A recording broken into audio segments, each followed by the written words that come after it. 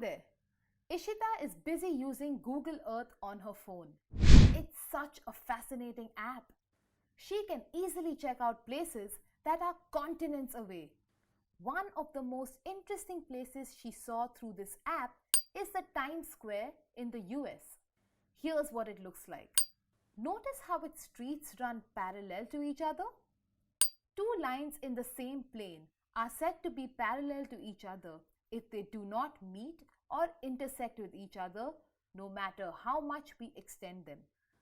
The very famous Broadway cuts these parallel streets and serves as a transversal. What is a transversal, you ask? A transversal is a straight line that intersects two or more lines at different points. When a transversal cuts a pair of lines, 8 angles are formed. These angles have unique relationships. Let's take a closer look at these lines.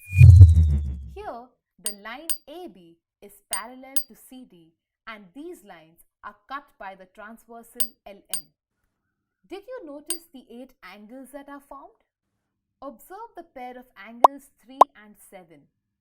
The arms of these angles form the letter F. Such angles are called corresponding angles. In case of parallel lines, corresponding angles are always equal. Can you see more such pairs?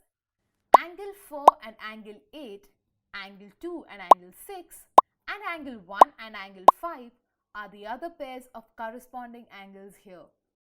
And remember, if you can't figure out how to find corresponding angles, remember that the F shape stands for corresponding angles. Angles formed on the opposite interior sides of a transversal are known as alternate interior angles, and in case of parallel lines, even these angles are equal.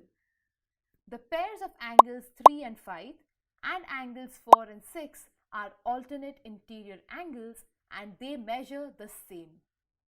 Remember that the Z shape stands for alternate interior angles.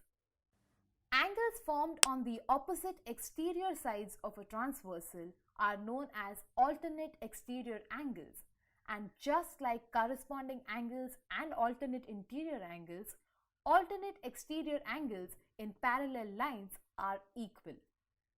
We know that angle 4 is equal to angle 8.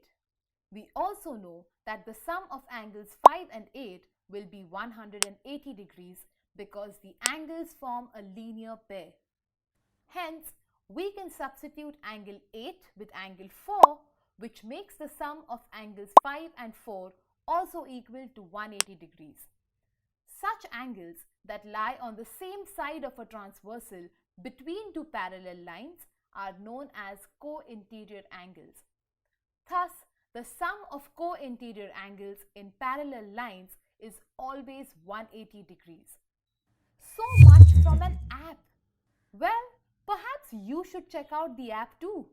See you next time.